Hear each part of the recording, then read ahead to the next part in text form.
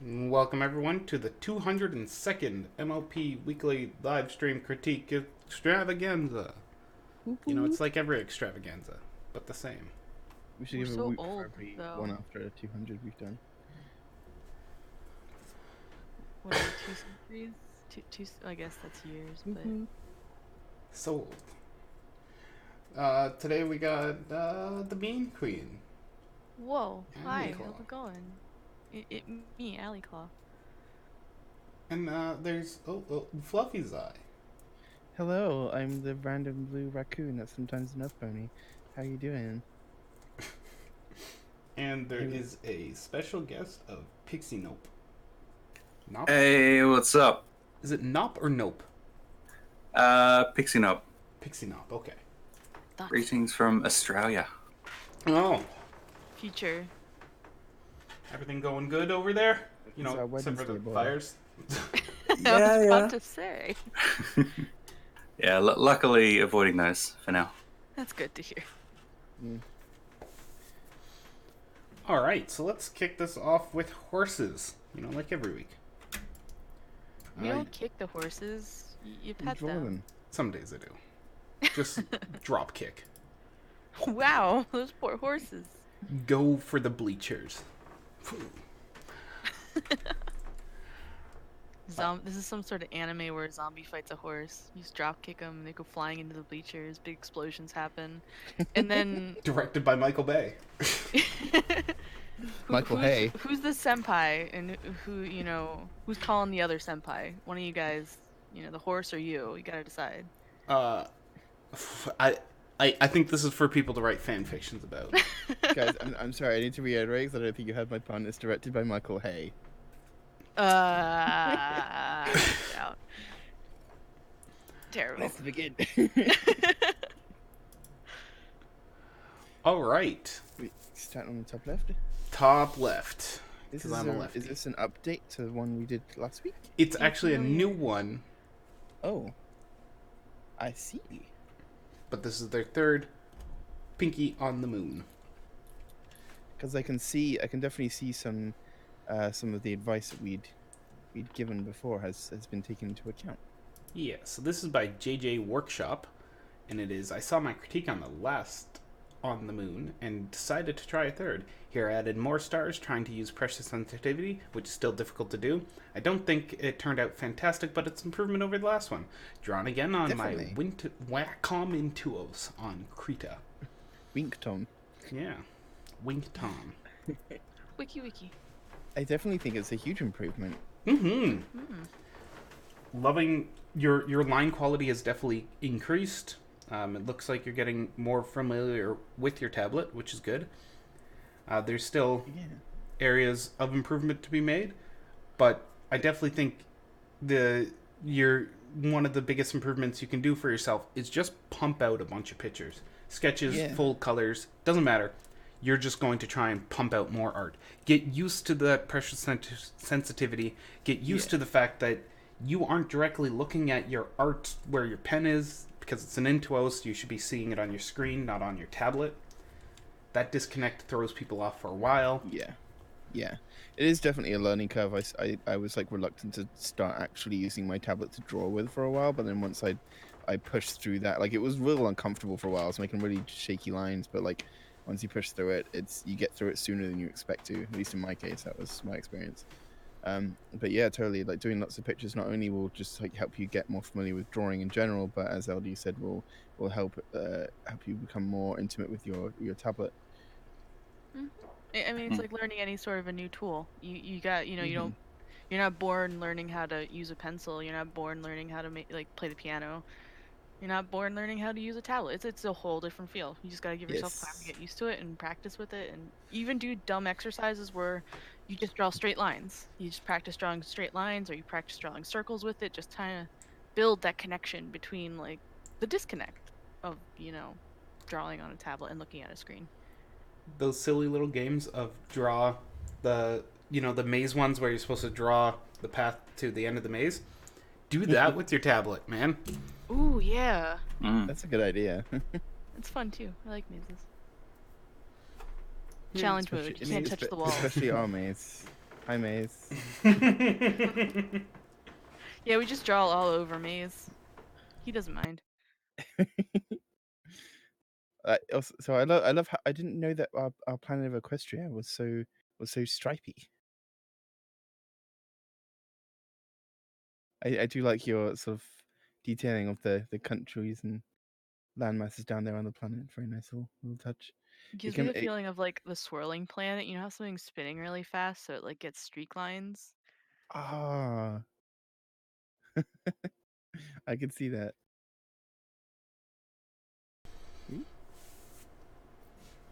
I have had a little bit of experience drawing like planets and country shapes on them before, so it's not as intuitive a thing to pick up as you might think. But it's I would recommend perhaps. 'Cause I don't know if you were basing this off anything. If you were, then that's absolutely fine. Otherwise, I would like just look up globes, be it like our actual planet of Earth, or just look up like fantasy planets and things. You can find like world maps from like RPGs and stuff, which are always a good one. And just you can figure out to make some more. That's a terrible color. Make some more intuitive sort of country shapes. Like hey, some random country masses like this. I don't know. I'm just making up random shapes, but that's exactly what you should do. Just random squiggly shapes. They're not going to be consistent. There's going to be big gaps of blue as well, and the ocean's going to be some little islands scattered about. There we go.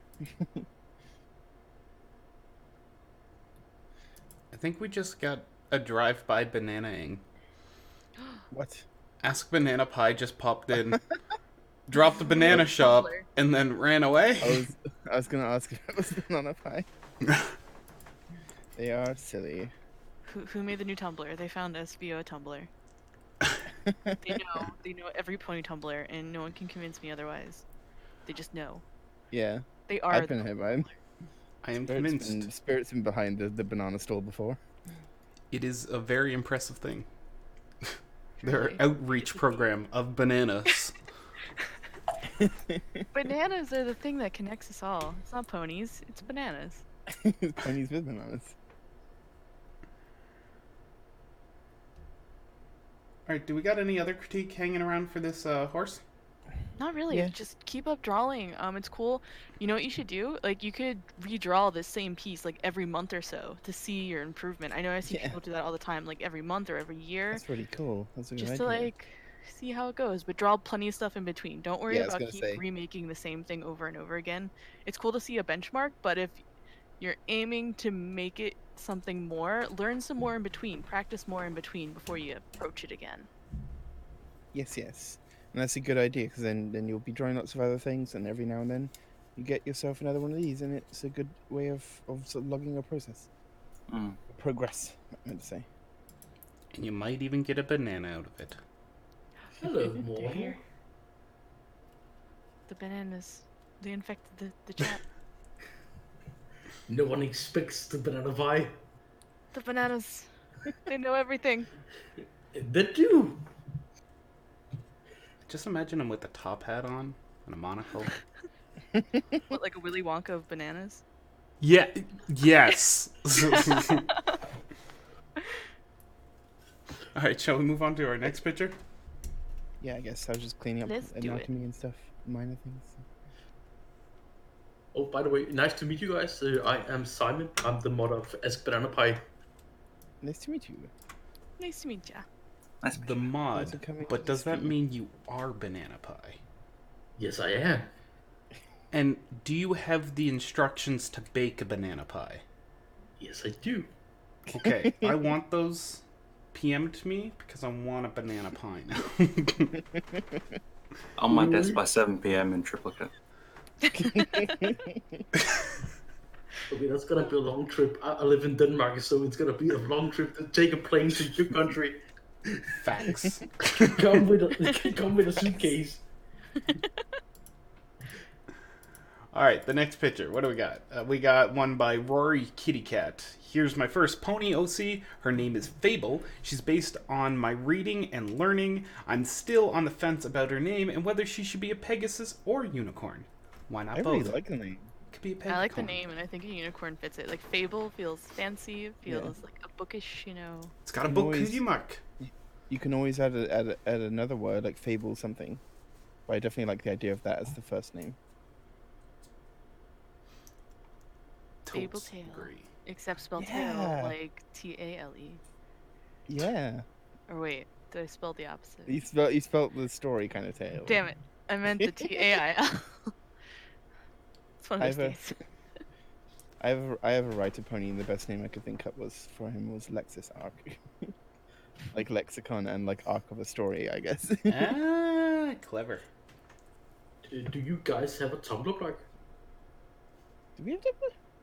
We don't have one. Actually, we used to have one for the MLPDS, but we got rid of that a while ago. Individually, we might have one. I think Fluffy has one that's You semi. found him already. You know all the pony blogs on Tumblr. I'm pretty sure we all have had you hit it. Yes. It's so crazy. I've been here on Tumblr like for 8 years now. Yikes! That's Long. yeah. Yes. It's You consider Pony is 10 years old. It's crazy.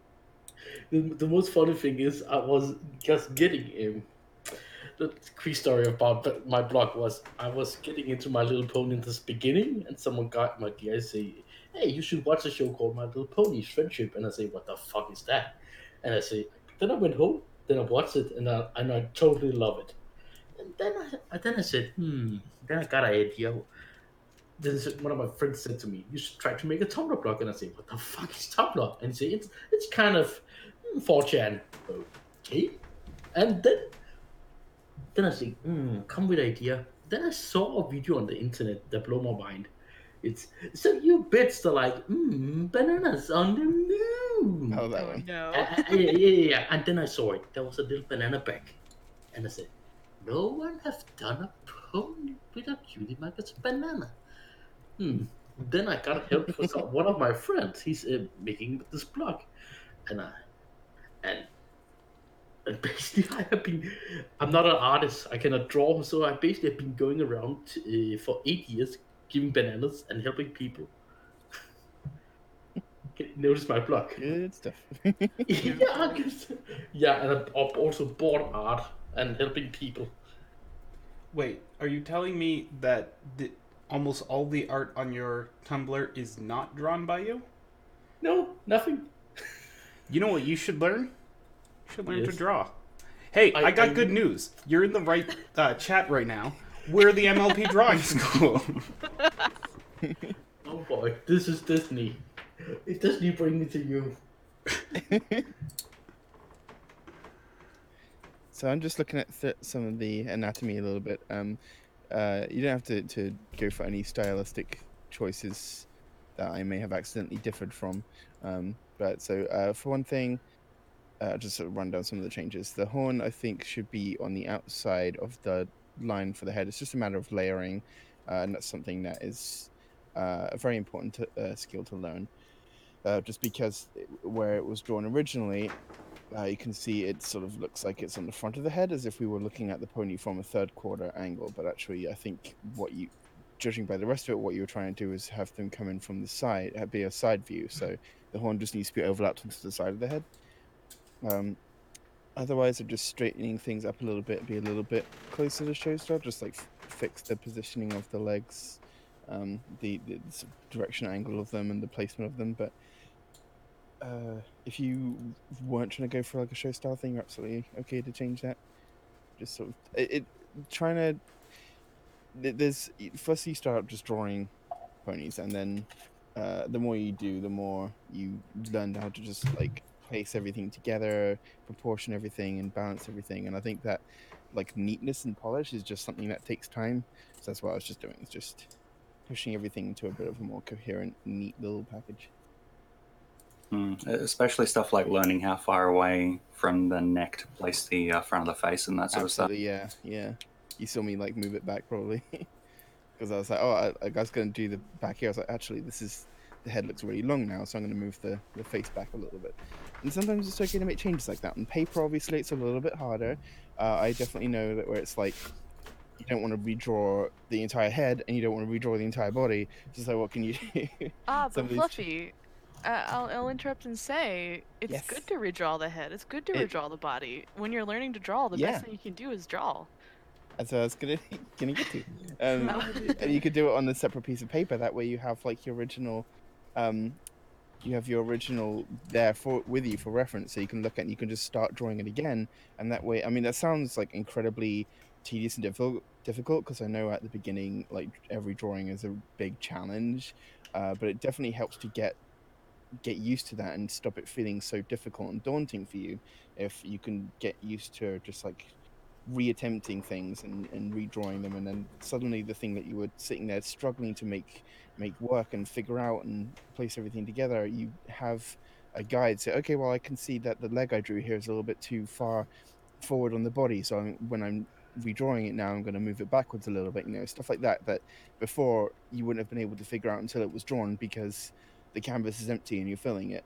But after you're redrawing, you can go ahead and make any adjustments like that, and it just helps you get used to drawing the same shapes over and over. I would like to teach me to draw. I can give you an example how bad I am to draw. I'm gonna post it, and then I'm sorry what you're gonna see, but it's a disaster. I mean, so, okay. All right. Let's do this. First part of starting, drawing. You got to start somewhere.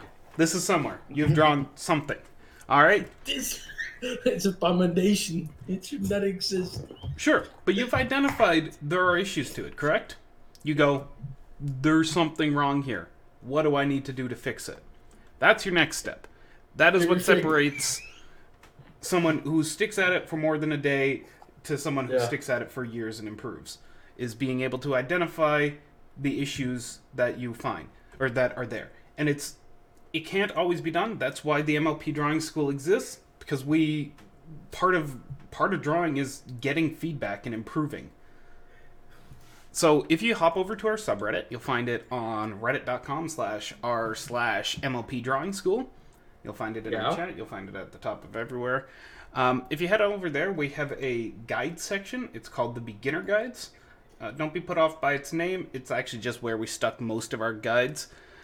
The ones you want to focus on mostly are the ones about proportioning and using your references. Most important thing for starting is grab references. Grab a collage of references. I believe you have 8 years of references, so that's a lot of good references. Collage them, stick them up, look at them, stare at them, love them. And then you're going to start dissecting them. You're going to take them down bit by bit. So, for instance, if I was to take this horse in front of us, I don't know if you should be watching the stream, I assume. If I was to take this horse in front of us and wanted to break her down as a reference, I'm just going to quickly add a new layer. Whoop. I would look at the head and use it as my standard of measurement. So, voila, this is one head unit. That green ball. That is the size of the standard pony head. Now I get to use that to reference the rest of the sizes. So if I take it, I don't have a... no, they added a selection tool. Holy cow. Sorry, It's a goddamn miracle.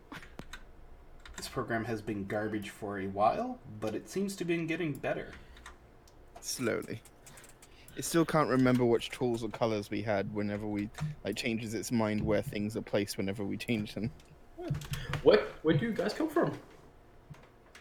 We came from our parents? No, country. Oh, country. We're all around the world. Yep. Yeah. Quite literally. So as I was saying, head circle. We got the green ball, and now I've taken it and copied it downwards. This has helped me set out proportions. So, I have the standard head, green top one, and I've copied it down. And if we take this, we can measure out how big the chest is. It looks to be about 3/4 of a head ball, which is about standard MLP proportions. If you go, often you should be doing this to show references because the show is pretty consistent unless if they're animated at the moment. But I'm just using this reference as a guide. So we have 3/4 of a head for the body. We can translate that for the neck for when I go to draw it. So if I had it next to it, I'm just gonna whoop right next to it. If I wanted to start drawing a small horse, I know that this head, and then I draw a circle that is about 3/4 of that size, and then I can compare the head circle that I have here, the green one, to the back end of the body, and figure out how long this is, like this chest here, the entire rump to front end, and it's about 1.5 to 1.3-ish. There's a guide that has a bunch of measurements on it on our subreddit that's a bit more detailed, but this is, the Cole's notes. So there's the butt, and then if I wanted to do the legs, I can see that, hey, the legs actually make up about 1 1/3 length. So I draw a head circle that is, I would either draw 2 head circles and try and get that third in, or just draw one that's about 1 1/3% larger, or 130%. 130%? Anyway, I'll draw one that's slightly larger and use that as the legs. Boom! Now I know how long the legs need to be. And that's helped me measure out and get a baseline of what the sizes of the pony should be. Cool. To get to that point, expect, maybe a week or 2 of drawing to get to a base, getting baselines down. And that would be an hour, maybe a day. Okay. What program should I use to draw? Paper. Paper, Pen and pencil. They're Okay. great. If you have a digital tablet, cool. If you have money to spend on a program, either Clip Studio Paint, Sai, choose your target there. They're your cheaper ends of them. Sai's cheaper than Clip Studio Paint, unless if Clip Studio Paint goes on sale, which it often Which does. case it's really good value for what it offers. If you're looking for free, we suggest Krita Krita. often. GIMP? Lots of people in MLPDS seem to like Fire Alpaca a lot and talk about that sometimes. So that's. I useful as would well. stay away from GIMP. GIMP is not Okay. tablet friendly. It It's good works for with other it. things, Yeah. but not so much for tablets. It I is used to more use to that photo for- editing. It is like Photoshop. It is definitely more meant for photo editing and finishing rather than actually getting I used something it down. for my art, but I used the Path tool to make my art before I had a tablet. That was when I was talking about like I used my tablet for shading on it, and then I was like, I want to learn be able to draw, but I don't. I was trying to sort of get over that hump, and I actually did use Sai to practice drawing with my tablet first of all before I got familiar with it, and then I got Manga Studio 5 before it's Clip Studio. So there's all kinds of ways you can start, and mediums you can start, and you can start with vector. Paper and pencil, I think, I always vouch for being an excellent foundation before you get into anything digital. I love it. Thank you for your suggestion. I will do this. You can do it. Feel free to Thank hang you. around in our Discord here. We're all Yeah. there's a critique channel and an art channel, but you can also ask questions anywhere. That's what we're here for. That and casual conversation about small horses. Cool. I have a question for you guys. Have you seen that movie called Cats? No, I saw it on I- Broadway and that was it. Okay. I was this weekend totally alone in the cinema watching it because I heard it was the worst movie ever, and it's definitely the worst movie I've seen in my life. It's have topped The Room. The Room is not the worst movie ever made. This Cats is the worst movie ever.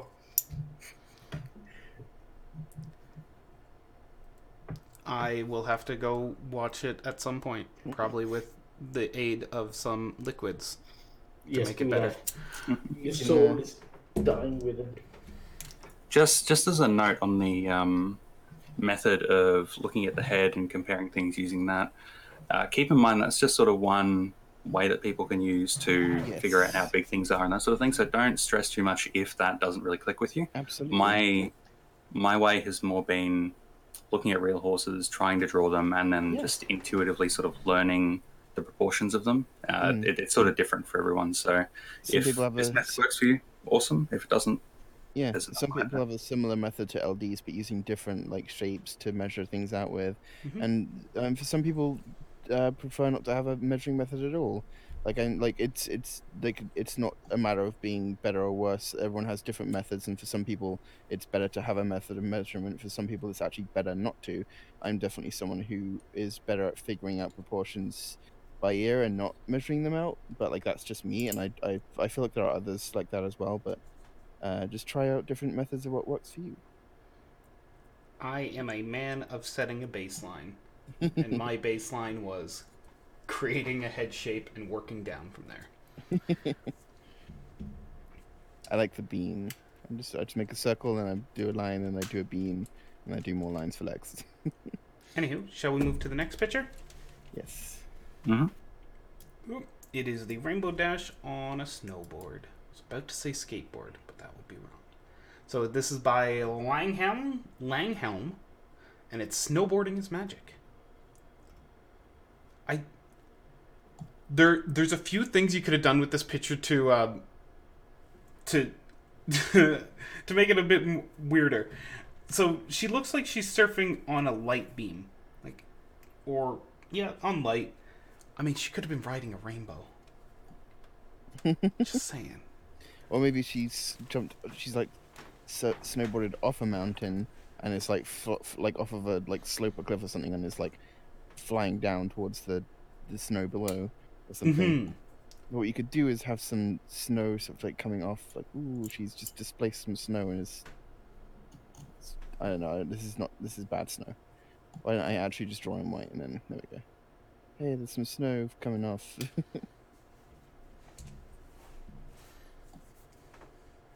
I don't know, this is terrible, but you get the idea of what I'm talking about. Yeah. So, I imagine you have a background in anime drawing because your shape, very anime-ish. It's good. You got the face down, even the anime eyes. It's very well done. I see a few things that could use a little adjustment, and it mostly comes down to the flatness of what's going on. So, let me zoom in just a touch here. So if we look at something like the belt hanging around here, okay? For whatever reason, Dash has a belt hanging down the side of her hip here. It appears to be like stitched on rather than flopping about like I imagine something like a belt would do while hanging around your pants. To give it that depth, you've already applied shading on most objects.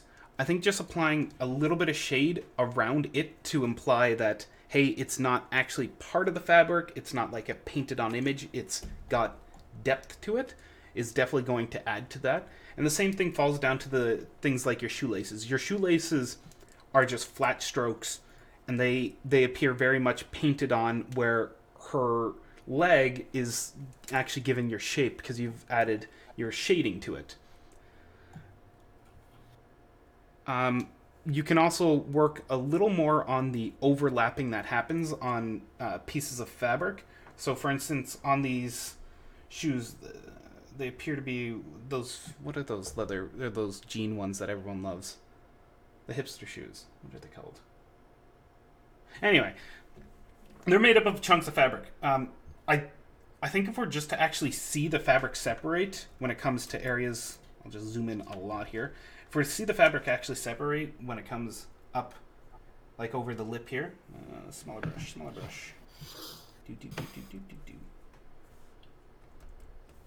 So if we see a bit of separation here, we get a better idea of, yeah, they're actually two pieces of fabric laid over top of each other and stitched up.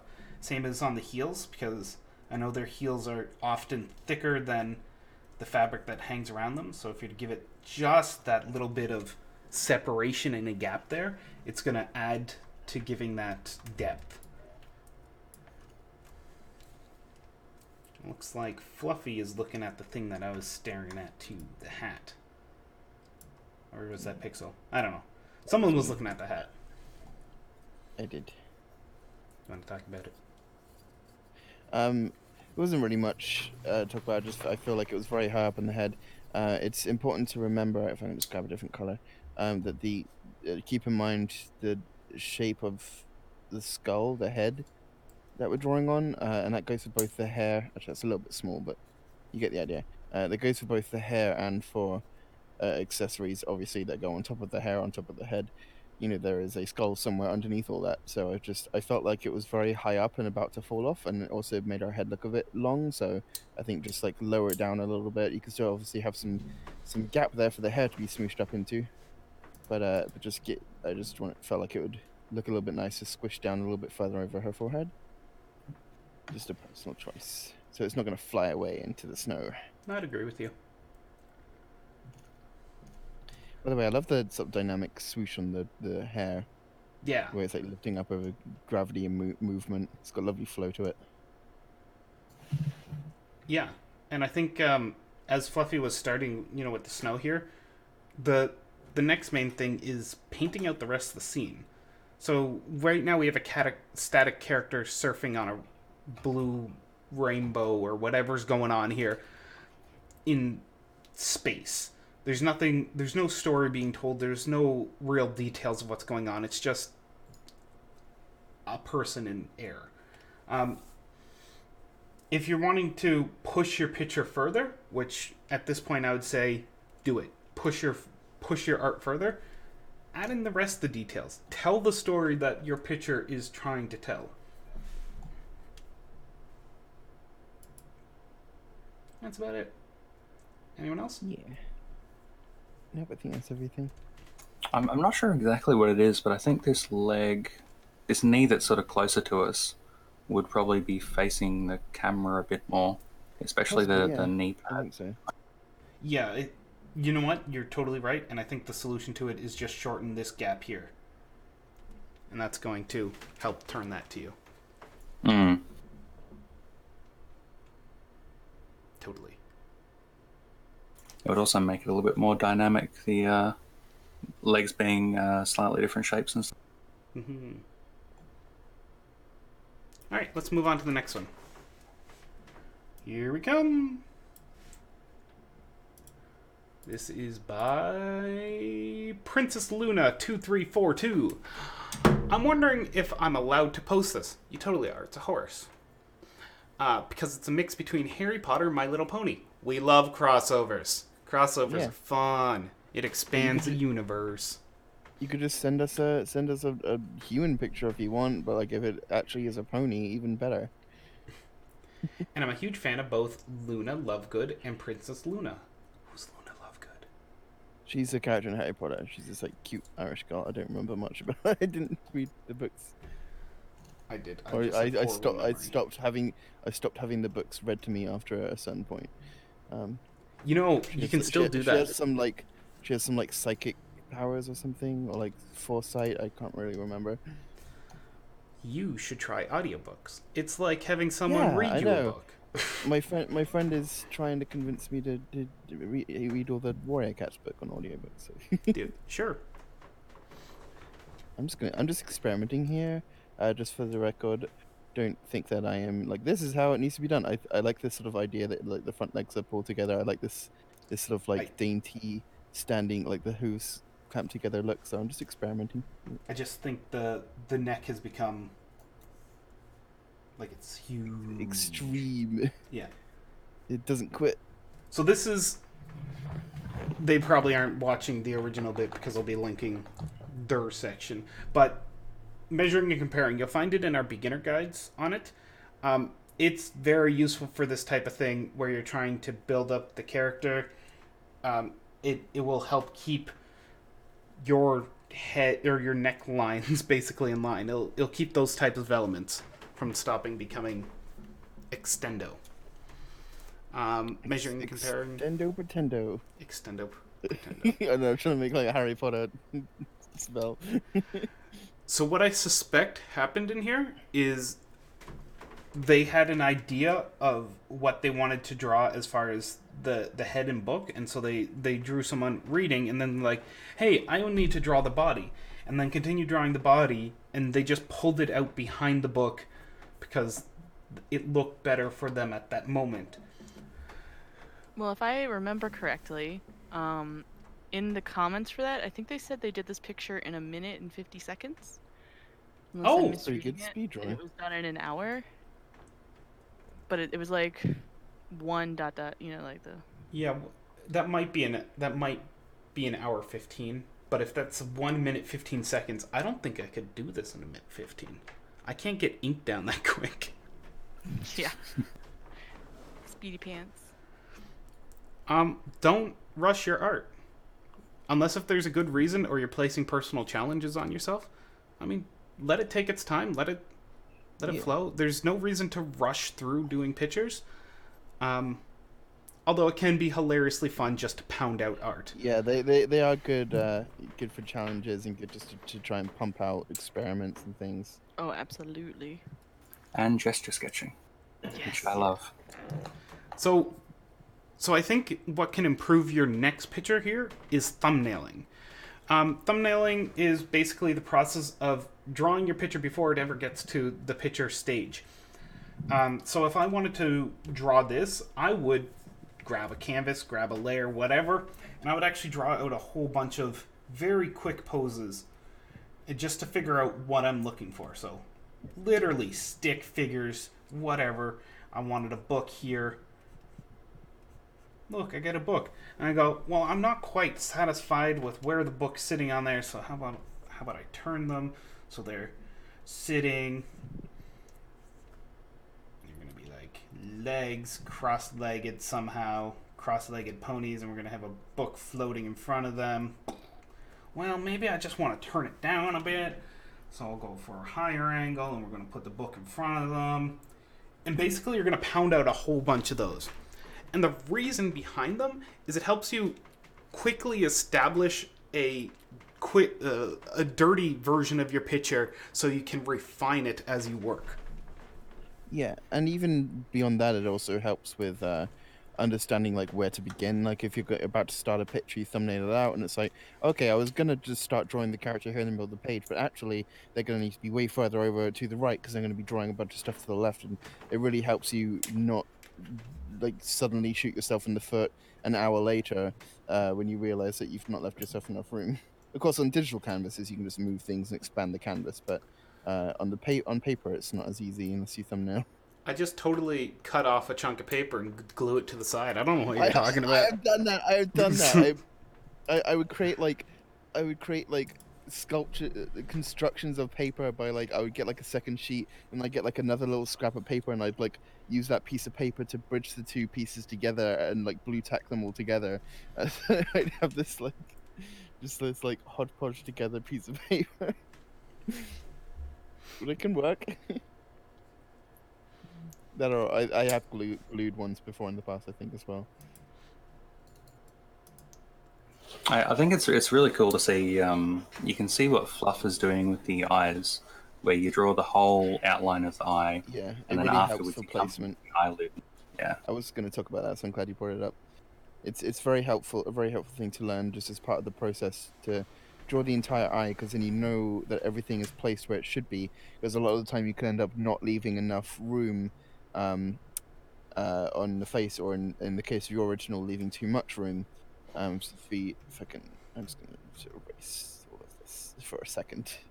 If you can see in the original, like there's a huge gap between the ear and the eye there, whereas the eye would, if we're looking at like how your eye is constructed, it would only go up about this much. So that's a big old forehead, which it's fine. A lot of people, myself included, end up with the opposite problem sometimes and have too little room and end up having the ear overlap the eye, and we see it all the time in our critiques. So many of the drawings we get, we have to sort of space the ear a bit further out because it's overlapping the eye temple, eye and temple. So yeah, it's really helpful to draw those out. Another thing is you can see I've drawn the whole face, even though she's going to be overlapped by a book, which will probably go something like this.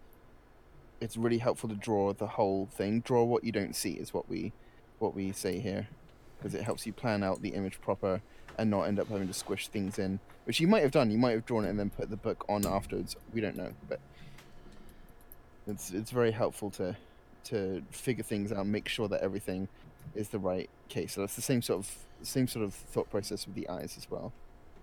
Even if you're not going to see this entire shape, if it's just going to be like this, it's I'm flipping my canvas. It's still really helpful to draw. Thank you for inspiring me to begin to draw again.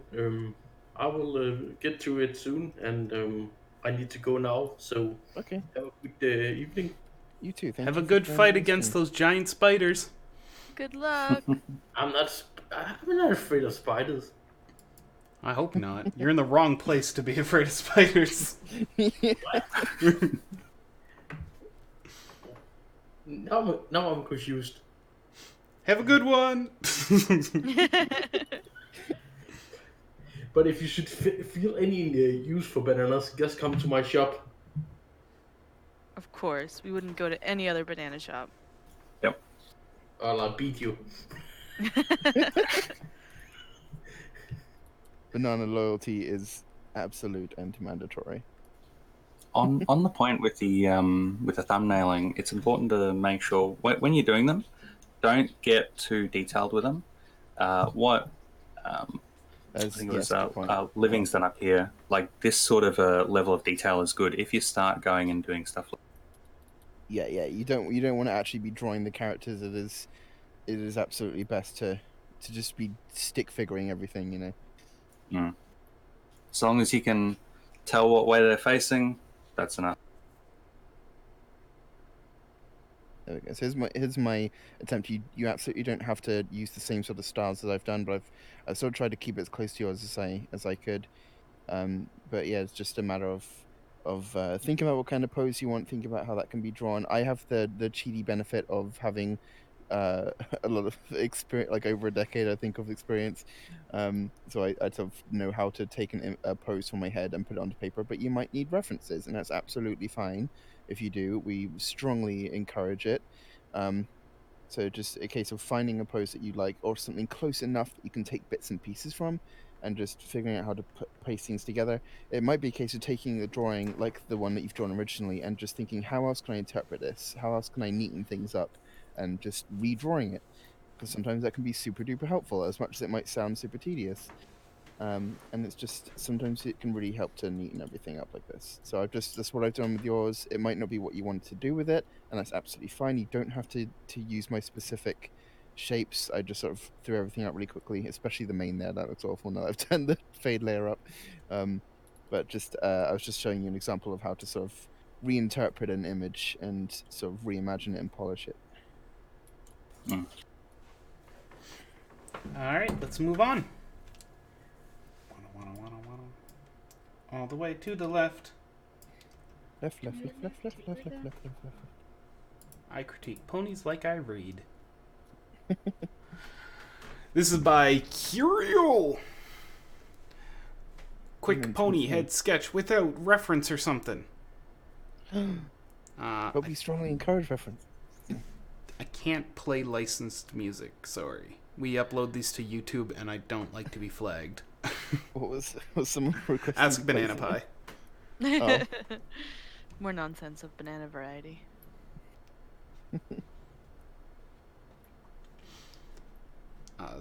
But yeah. So I really wish they were there because I have a few questions as like, why no reference? And what do you want out of this critique if you didn't use a reference? Because that's always what I want to know. Whenever someone's like, I want critique. Oh, by the way, I didn't use a reference. And I'm like, Sometimes, well, go use a reference. Yeah. Sometimes it might be a case of I don't know if this is a case of they were like out somewhere and didn't have access to references very easily, or if they just like sort of didn't have time and just wanted to quickly throw out a doodle, or like, you know, That's they might true, have but been, why drawing one in critique school on or it? something. Yes, that's true. Yeah, I still say that it might be a case of like they were in school or something and might not have been able to get critique on references like up on their phone or something, because it would be or wherever they might have happened to be, or a case of just they just weren't trying to make a big project and thought that, you know, this is still a drawing that's worth putting effort into and getting critique on, but like just hadn't. Yes, as Sally said, our critique is look at references. This is always my thought, and I'm sorry if I come off any way negative. I highly encourage people to just draw. You don't always need a reference. I totally believe in that. Yeah, that's sort of what I was trying. My question for critique is that when someone does these quick doodles, it's like, what do you want out of it? And that's why I always wish people who do those doodles are here, because I want to have a conversation with you. I want to figure out what you want out of art. Do you want to be able to do fast, quick doodles that are like, because you look online, some people can just whip out these doodles and they're like, oh man, it's like nothing. It was. Are you looking to train to that to be able to draw from your imagination and do those doodles? And if that's the case, you got to start with references. References are the key Yes. to this all. You Yeah, no, can't no go one around it. starts out drawing just go as a savant, just going onto the paper and being like, I'm imagining a drawing, and then just draw it completely 100% perfectly to what they're Mm-hmm. imagining. Because for starters, it's not 100% perfect to what they're imagining. It's just what you're seeing, and it might look good, but it's probably not like they're probably not planning out every single little detail. But they definitely didn't just start drawing and do that. It's a case of studying references, studying how anatomy works, and just building up a familiarity and muscle memory with that over time. Mm-hmm. Yeah, And it's but funny. Oh, sorry. Go ahead.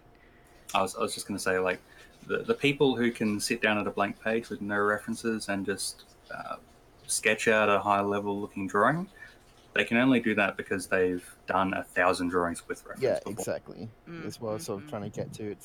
It's a case of practicing, and you got to start somewhere, and that somewhere is going to be drawing really simplistic amateurish doodles and struggling and everything being a challenge and trying to figure out how things work. And then once you push through it and draw and study, then you're going to slowly start to figure out how things work, and then Yeah. There's this book I'm reading right now. It's called Art and Fear. I highly recommend it for anyone who just struggles with doing art. It deals with a lot of the mental battles you go through in art. But Mm. something they always talk Oh, so about, I many. just so many. I got just finished through this one chapter, and it was talking about drawing from imagination, and well, just in general, the vision you have is always going to be greater than what you can put on the paper, and that's one of the biggest hurdles a lot of artists go through because it's like, well, this didn't come out how I wanted it to in my head. Dot dot dot. Like, of course, in your head is this perfect. It's so vague in your head, and even if you see it so crisply, it's just like Mm-hmm. this mish of Yes. like imaginative things. Yeah, Your yeah. brain can do this, but your body can't. That's the Do you, thing. You need you to know what learn. you know what I think is the case with like imagining something in your head? As much as we think we're able to like see the entire image, we're only really seeing one part of it at a time. So like as you're sort of imagining how this image is going to look, and you're in your head sort of going over the different like parts of the image, you're doing that one at a time. And even if you try to imagine the whole thing, you're imagining a very vague, blurry sort of abstract idea of what you're trying to create, not the entire, not a physical, visual, actual thing. And if you, as soon as you start trying to visualize those details, you're doing them one at a time again. So it's like your brain is never seeing the whole image together. It's only seeing bits and pieces and puzzle pieces. So Hmm. when you start drawing, you suddenly have to make those things concrete. They have to exist on paper now, and they have to have lines that actually stay in one place as opposed to shifting around in your brain. And your brain knows what you're trying to create and can immediately emulate that. But again, it's emulating an abstract idea of what you're trying to draw. And when you're drawing it, it's about actually trying to figure out how to make something abstract concrete. And it's really hard because then you're having to suddenly get all these details together. And it's like, oh, I don't actually know how to make Hmm. them concretely, physically work together and fit in one place. Because suddenly it doesn't work like the way it should in my brain, or I physically can't understand how to get the shapes how I want them to look. They just sort of feel flat or like not as impressive as I want them to be. And that's absolutely something that everyone goes through and is a necessary part of art. I think in my case, personally, this might not be the case for everyone, and it might change as I get more experienced. But in my case, at the moment, how I sort of became able, because I think I can say I can pretty easily have an idea for a picture, open my canvas, and relatively accurately get it. Like I said earlier, no one ever gets a drawing exactly how they're imagining it in your brain because your brain is messy and abstract and doesn't make any sense.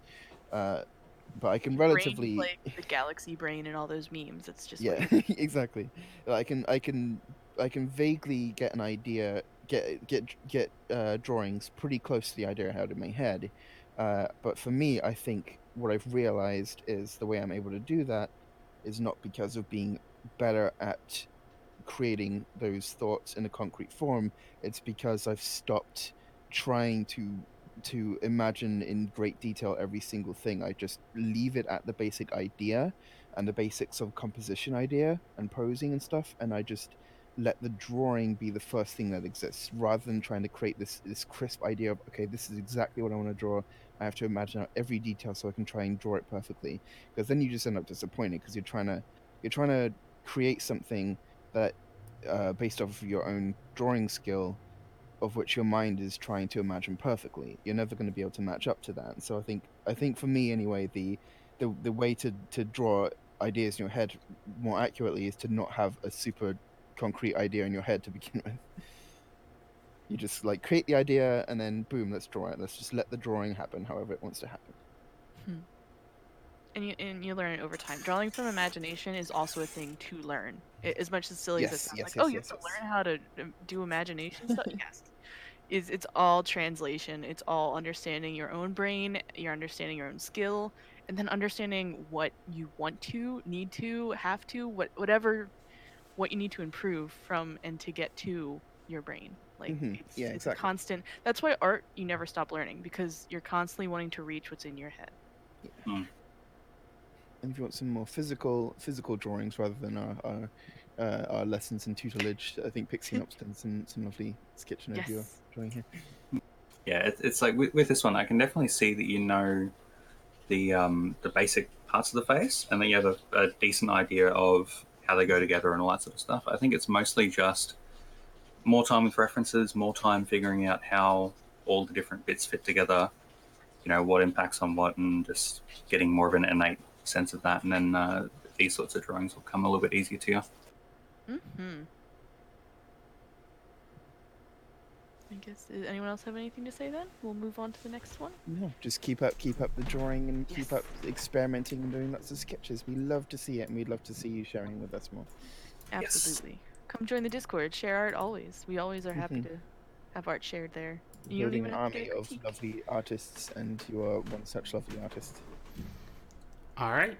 Next picture is by I am Kitty 0187, and it is took some time, but here I know I know there's people who do shading and lighting throughout the hair, but I cannot to save my life. Face. I do have a suggestion for the hair, because I think I understand why it's difficult for you. And so if I were to sort of recreate your hair here, I think aside from a little bit of layering, your hair is mostly a shape. Here is the hair, and here is the tail, and you've just got these. Well, obviously I'm drawing this very basically and crudely compared to what you've done, but I think that this is basically what I'm seeing, and you've got some lines illustrating that this is hair, and we do like this. We all prefer to see this as opposed to like a texture brush, which LD has expressed his distaste for many a time, with good reason. But the reason why you're struggling with this is because, oh, how do I turn this into shading now? So also like I don't know how to make it shade properly, but that's because the hair is just like a solid object. I'm actually not going to erase these all the way because I'm going to show you a technique. Actually, I might need to redraw these somewhere bigger, so I will erase it. I'll focus on the tail. This eraser is not really making my job easier. There we go. Okay. So let's do this sort of like tail shape again. So it's sort of like this. I'm just going to recreate your basic shape again, quite crudely, but you'll see why. This is actually how I do mains in my drawings, especially when I have to figure out a main design that I haven't drawn before, or one that I'm trying to upgrade a little bit. I'll actually do a basic shape like this, put this first, and then the next step is to go in and add more details. I'm going to zoom in my canvas so you can't see this because you're watching LD screen. So the reason why I think you're struggling with the mane and tail shading is because there's no real shape and overlap to them. So what I'm going to do is just show you an example of creating overlapping main shapes. It might not look exactly to the sort of shape and style you're creating here, but hopefully it will be good enough for you to be able to interpret it into your exact styling. Well, see, what I've done here is I've actually overlapped shapes. And again, this is very basic. I'm not going too advanced with this, but it is enough to show you how different shapes are overlapping. And now suddenly you can see that it looks a lot more 3D once I can get this line to work. There we go. Again, it's going to be messy, but there we go. So now suddenly it's a much more 3D looking tail. So you've got like the three major arcs, with this one being in the middle, and then this one and this one. So now with those being three separate shapes, with this sort of rounded shape going like this, it's a lot easier to imagine this 3D shape happening with the mane. Yes, I hope that that's something that you can sort of understand a bit better now. So with that in mind, you don't have to sort of map this out every time, but you can do what I just did if it really helps you. I have done it before, unironically, like actually, to try and figure out the shading, because it can sometimes really help. But if it does help you, you can map out the 3D shapes like this, because it can assist in visualizing the 3D space until you get a handle of understanding it without doing this mapping. But it will help you to figure out where the shading is falling. And then suddenly it's like, oh, boom. It may not be perfect, but there's some shading. Or maybe you want to experiment a bit and think, okay, I think this needs to actually be broken up. So it's going to go like this, and it's going to go like this. There we go. So then, like, this part is all in shade, as much as it might be counterproductive for me to have chosen yellow for that color. And the rest is all in the light. So that's one way that you can build up shading. You don't need to go into the full 3D mapping, as I did. I was just trying to illustrate how it can be very useful to have a 3D shape built up of the tail and the mane too, of course. Because you've done it with the body. If we go over to the body and we look at what you've done, like that's exactly what you've done with the body. You got like, here's the shoulder, and then like the leg comes out, and you got the hoof, and the hoof is like overlapping this part of the leg a little bit. And then you've even got this lovely little bit of the shoulder joint there, just sort of sticking up, and then the body comes out behind it, and then you've got the thigh. Like everything is nicely overlapped. Here's the back leg; it's all completely separate from this front leg, and everything looks very well placed and very 3D. You can see that this back leg here in the front is further away than the chest and the foreleg because of your overlapping. But the mane and tail don't really have that, and so it's just a case of trying to figure out how to make those shapes become 3D like you've got your body. Unless, of course, you're like Celestial Luna and they have like magical energy wisp hairs. Yeah, I like doing that sort of breakdown on the body as well in general. It's just really helpful to visualize the 3D and how things are twisted. I think it really is an asset, another art tool in your belt you can keep around to help for these situations. Art.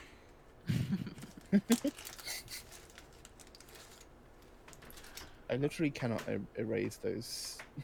the last. They're ghosts. Yeah. No, look, you're just a little happy. They are actually little ghosty shapes. Alright, shall we move on to the next one? Sounds good.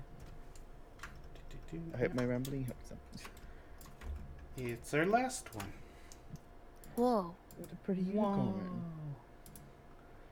It is one of these in my queue. Here it is. It is by Nightmare Mistress, trying out a new style as I daydream about hypothetical G5. I am digging the horsey face. I won't lie. Yes, it's very pretty. Refreshing. First of all, sorry, they just got a few go ahead. comments here. First of all, ignore the horribly botched attempt at pony lifestyle in the background. That was on a page with my other pony sketches. It's awesome. I've drawn in the FMI, or Friendship is Magic style for about 5 years now, but since the show's ending, I've been experimenting with new styles. I'd like to see new styles I'd like to see for the G5 show. I've been combining elements from the style of G1's Rescue at Midnight Castle, Dixie Denny Bet on Deviant Art, and G5 concepts from my own stylings as inspirations. I doodled this picture of my interpretation of G5 Moon Dancer and was satisfied with it, but I wanted to know if there was anything awkward or wonky about the style, and how I can keep the anatomy consistent, especially on the face, and I'm not sure how to draw a muzzle like this in 3/4 view. I can definitely see the Denny influence. I just need to say those ears are lovely. Yeah, super great. Very nice horsey ears. I always love those more flicky horsey ear shapes that people do. Yeah. So I'm trying to think. The thing about consistency is this is something you're developing, right? this won't stay consistent yet. You may think you have a set style, but really, this is all just coming together for you. And consistency comes with practice of drawing it over and over and over again. And you know how they have character model sheets? It might be helpful to do one of those to really nail down like a rule book for your style for this new G5 style you're creating. And I noticed you said you're struggling with 3/4. Now, that's gonna be a part of the turnaround, the character sheet, and it's the thing you're looking at here. You have references. They aren't exact, but you have them. Real life horses. That's what a lot of the early generation horse, inspiration. And same with Denny. She loves horses, of all kinds. She even loves the old school horses. She's even Of got lots of G1 examples and. of actual horse, like Mhm. slightly cartoonized, but mostly Yeah. actual horse shapes. that There's she's definitely drawn. more horse than like the G4 Mm. stuff going on. So having those people, studying those people, and I'm sure she's done 3/4. So I know you're combining a bunch of stuff. Combine a bunch of references. Get a bunch of references. Get horses in 3/4. Get her. I'm sure she has 3/4 too. Yeah, Just absolutely. find as Everyone's got. much 3/4 of other styles to help you figure out 3/4 in your style, and just really nailing down the rules for your style. Like, do you want the muzzle to look more horsey? This is kind of like a chibi horse I'm getting, and the best thing to do, the best way to do a face in 3/4 is to first you make your circle here, like I did, and then we're gonna make a little like diagram map to make it feel like a ball. So I first did this one stroke here, and then we do the cross section. Ooh. Sometimes you need to do a circle like that to really get the feel for it. But there you go. That's basically your 3D shape. I'm erasing the back because I don't find those lines helpful to me at the moment. And it all starts from there. So now we gotta think about, okay, eye placement. We're gonna have maybe some eyes here, over there, and maybe the faces are thinner. Maybe they're thinner than the show style. They're a bit more circular, which is fine because we can go back to the eyes. We'll bring them in. It's all about just like figuring out maybe one smaller, more curved eyes. It's a sassy pony.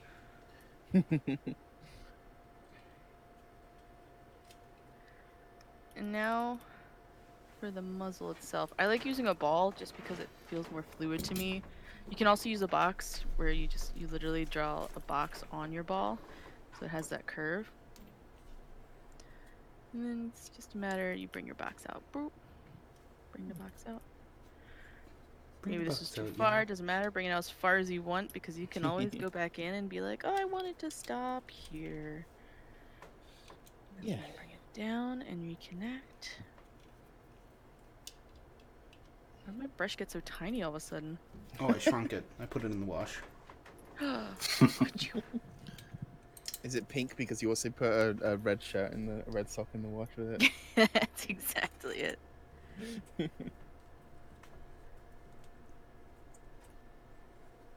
And again, since you're creating this style, there's gonna be trial and error for it. Like right now, I wish I had a reference of a horse face up. In fact, I'm gonna take 2 seconds. Cause they have more bulgy outy nostrils, don't they? No, that's not as bulgy. You know what? Their faces are even. They got the long faces, right? Hmm. Why the long face?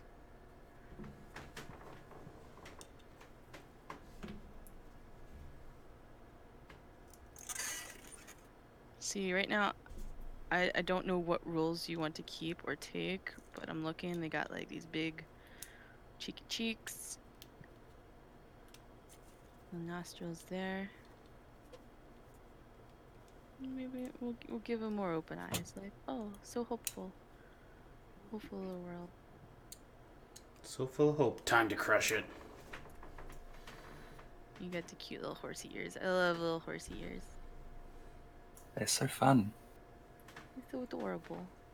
And you can't forget the horn. See what I'm doing here is just drawing a circle.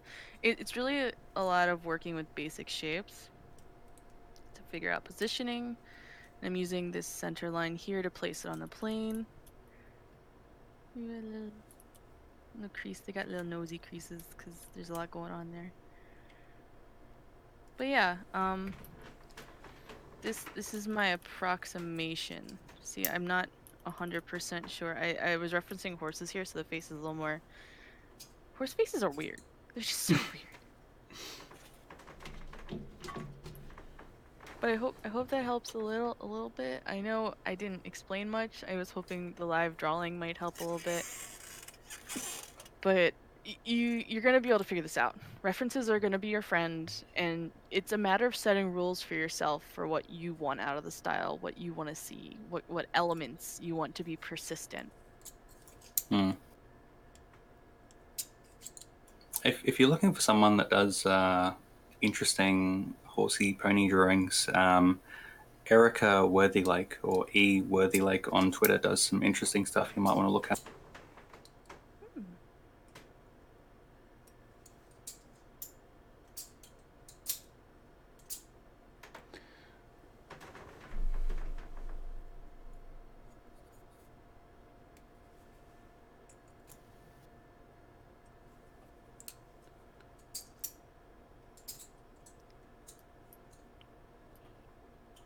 Does anyone else have anything else to say? I know Fluffy had to BRB, but I'm back now. I I was just doing some experimenting on the body. You don't have to go for exactly what I've done. It was more just experimenting because you're experimenting, and Ali was saying about using different references and combining them together to get different ideas. And so I think it's also good to combine different people's experiments or your own different experiments. Whoops! I was just about to pick up my mechanical pencil to draw my tablet with. That's not good. So yeah, I was just doing some. I like the idea of sort of having a more muscular neck, sort of elongated a little bit, and sort of accentuating the muscles in the chest and shoulders and everything, because you sort of tried to go for a little bit more of a realistic look. But I'm not very good at what I'm doing. I didn't have references on me, so I was just experimenting, throwing things out. I did move the tail from being sort of a butt tail shooting out like this to being more in line with the spine, and sort of looking a bit more like sort of traditional unicorn style by having it. I mean, because that's what you were doing. I was just sort of accentuating the elegance of what you'd already put down, making it have this nice like swoop to thinner, and then having the nice like bushy lion sort of tail. And so, Bushy. yes, just experimenting and just sort of polishing the eye shape a little bit. Otherwise, yeah, just you don't have to do this exactly. I'm just giving ideas that can maybe help you in your experiments. So good luck. I always like the little V shape coming down from like the head into the neck and going sort of out. I probably didn't do it very well, but there is an idea of it. I well always enough. like, yeah, I'm always in favor of seeing people like interpret the show style in different ways, and thinking how else can we do cartoon ponies.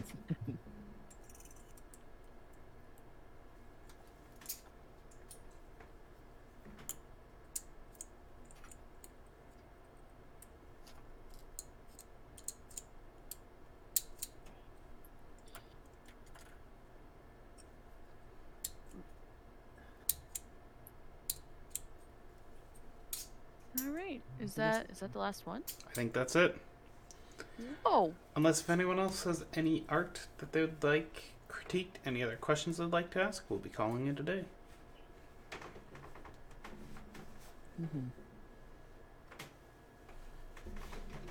Just give them a minute. Know what has been thrown at us thus far in the stream, but sometimes they need a reminding, I guess. it's been a while since we've done someone's submission on the stream. Like, you know, Yeah, we've had someone submit something on the stream. we need art thrown at our faces. I mean, we've also have been recovering from the break, the Yeah. hiatus. Alright, well, that looks like a whole lot of nothing, so we'll call it a day. Thank y'all Got for through a bunch coming, of pictures. and we'll see you again next week. Goodbye. Bye. See ya.